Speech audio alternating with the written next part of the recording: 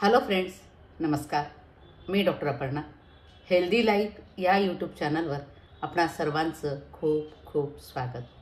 आपण आजच्या भागामध्ये बघणार आहोत प्रेग्नन्सी राहिल्यानंतर पहिल्या 3 महिन्यामध्ये काय काळजी घेतली पाहिजे, काय लक्षणं दिसतात, आपण त्याबद्दल काय माहिती जाणून घ्यायला पाहिजे, ते सर्व आपण आजच्या भागामध्ये बघणार आहोत. यालाच काय म्हणतात, पहिलं त्रैमासिक. हा काळ कोणता असतो तर पाळी टळल्यापासून ते 3 महिन्यापर्यंतचा काळ हा पहिलं त्रैमासिक म्हणून गणला जातो. लग्नानंतर दोघांची पण मानसिक आणि शारीरिक तयारी झाल्यावर पाळी टळणे हा खरं तर अभिनंदनपर प्रसंग असतो. लवकरात लवकर म्हणजे साधारणपणे पाळी टळल्यानंतर आठवड्याच्या आत तज्ज्ञांची भेट घेऊन, म्हणजेच तुम्ही तुमच्या गायनेकोलॉजिस्टकडे जाऊन गरोदर आहात याची खात्री करून तुम्ही घेतली पाहिजे. त्यासाठी UPTची टेस्ट एक केल्या जाते. ती अगदी सोपी टेस्ट आहे युरिनची, ती करून घेतली पाहिजे. ही लघवीची तपासणी, त्याला UPT म्हणतात, युरिन प्रेग्नन्सी टेस्ट. ही पाळी टळल्यानंतर साधारणपणे 5 दिवसाच्या आत आपल्याला याद्वारे गर्भधारणेचे निदान करता येतं. त्यानंतर या प्रेग्नन्सीचे निदान आपल्याला सोनोग्राफीद्वारे सुद्धा करता येतं.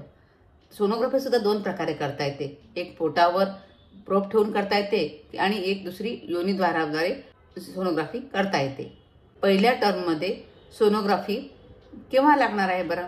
जेव्हा त्या गर्भिणीच्या पोटामध्ये दुखायला लागतं, काही लाल स्राव जायला लागतो, अशा वेळी तो गर्भ पिशवेतच आहे की नाही हे बघणं महत्त्वाचं असतं. कधी कधी इक्टोपिक प्रेग्नन्सी सुद्धा असू शकते. मग त्याची खात्री करण्यासाठी आपल्याला ही सोनोग्राफी खूप महत्त्वाची ठरते. शिवाय गर्भाच्या हृदयाची हालचाल आपल्याला, हार्टबीट्स आपल्याला या सोनोग्राफीमध्ये दिसतात. जर हे हार्टबीट्स आपल्याला व्यवस्थित दिसले तर 97% ही प्रेग्नन्सी नॉर्मल आहे असं समजलं जातं.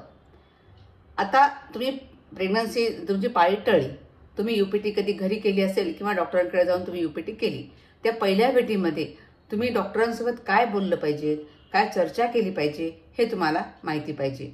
आता डॉक्टरांकडे जाताना तुम्ही तिथे गेल्यानंतर तुमच्या पाळीची तारीख, शेवटची तुमची पाळी कधी आली आहे हे तुम्ही सांगायला पाहिजे.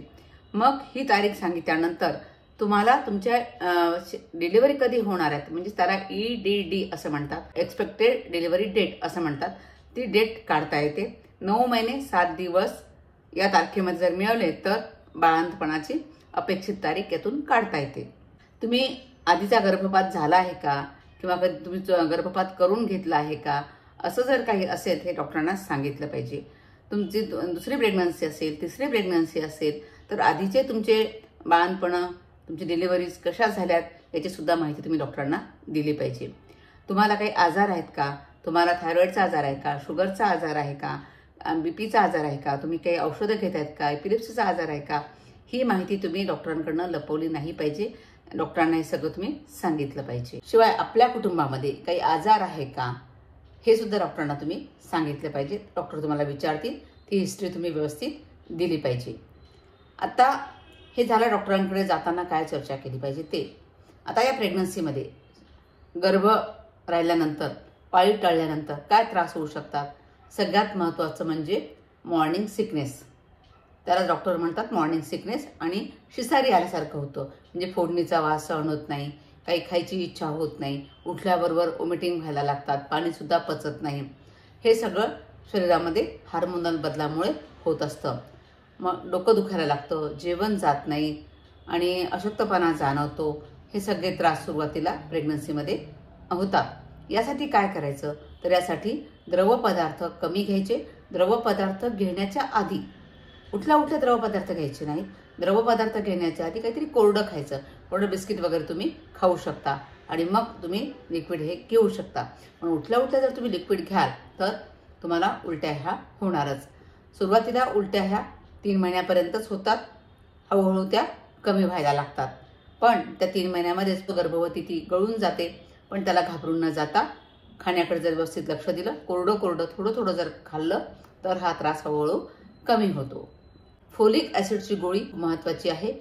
तुम्हाला प्रेग्नन्सी ठेवायची आहे, तुम्ही हे ठरवलं आहे की आता आपल्याला प्रेग्नन्सी ठेवायची आहे, त्यावेळेपासून तुम्ही फोलिक ॲसिडची गोळी घेतली पाहिजे. समजा तेव्हा ती गोळी तुम्ही तेव्हा सुरू केली नाही, पण आता तुमची प्रेग्नन्सी डिटेक्ट झालेली आहे, त्यावेळेपासून तुम्हाला ती फोलिक ॲसिडची गोळी घेणं गरजेचं आहे. पहिले 3 महिने ही गोळी घेतलीच पाहिजे, म्हणजे याने न्यूरल डिफेक्ट्स जे आहेत, मेंदूचे काही आजार असतात ते याने कमी होतात. आणि आहाराकडे लक्ष द्यायचं आहे. फास्ट फूड, जंक फूड हे टाळायचं आहे. बाहेरचं खाणं टाळायचं आहे. घरातलं अन्न, सकस अन्न, ताजं अन्न घ्यायचं आहे. मन शांत ठेवायचं आहे. शिवाय मॉर्निंग वॉक तुम्ही करू शकता. सुरुवातीच्या या पहिल्या त्रैमासिकमध्ये तुम्हाला 15 मिनिटं चालायला काहीच हरकत नाही.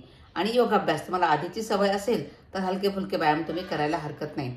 पण या महिन्यामध्ये तुम्हाला जर ब्लिडिंग होत असेल, पोटामध्ये दुखत असेल, तर मग डॉक्टरांचा सल्ला घेऊन डॉक्टरांच्या सल्ल्यानेच तुम्हाला तुमची दिनचर्या ठरवावी लागते.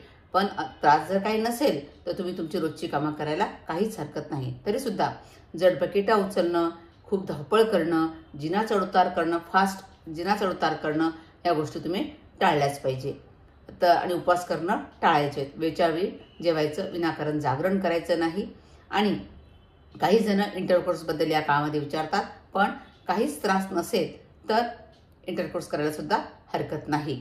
पण त्रास असेल, ब्लिडिंग असेल, स्पॉटिंग असेल तर मात्र तुम्ही डॉक्टरांकडे गेलंच पाहिजे. डॉक्टरांचा सल्ला हा घेतलाच पाहिजे. पण होतं काय की प्रेग्नन्सी राहिल्यानंतर पेशंट पहिल्यांदा दवाखान्यात येतात, म्हणजे ती गर्भिणी दवाखान्यात येते ती अगदी 2 महिने झाल्यानंतर, 2.5 महिने झाल्यानंतर. मग ते फोलिक ॲसिड घ्यायला फक्त 15-20 दिवसच उरतात. तर असं न करता जेव्हा तुमची पाळी लांबते त्याच वेळी तुम्ही दवाखान्यात पोहोचलं पाहिजे. पण काही जणांना काय होतं की पाळीच त्यांची नेहमी 2-2 महिन्यांनी, 2.5 महिन्यांनी येते. मग त्यांना वाटतं यावेळी सुद्धा तसंच झालं असेल. आणि नंतर मग UPT केल्या जाते, तेव्हा कळतं की प्रेग्नन्सी आहे. मग अशा वेळी काय होतं, ट्रीटमेंटला उशीर होतो आणि याचा परिणाम मग बाळाच्या वाढीवर होतो. त्यामुळे जेव्हा आपल्याला असं वाटतं की ही प्रेग्नन्सी आता राहिलेली असू शकते, त्यावेळी तुम्ही लवकर डॉक्टरांचा सल्ला घेतला पाहिजे. होईल काय, एक UPT जास्त होईल, पण ते UPT केल्यामुळे जर प्रेग्नन्सीचं निदान झालं तर ट्रीटमेंट ही लवकर करता येईल. अशा पद्धतीने जर आपण पहिल्या त्रैमासिकमध्ये जर काळजी घेतली तर निश्चित याचा फायदा होतो. धन्यवाद. माझा हा व्हिडिओ आपल्याला आवडला असेल तर जरूर लाईक करा, शेअर करा, कमेंट करा आणि माझं चॅनल सबस्क्राईब करायला विसरू नका. धन्यवाद.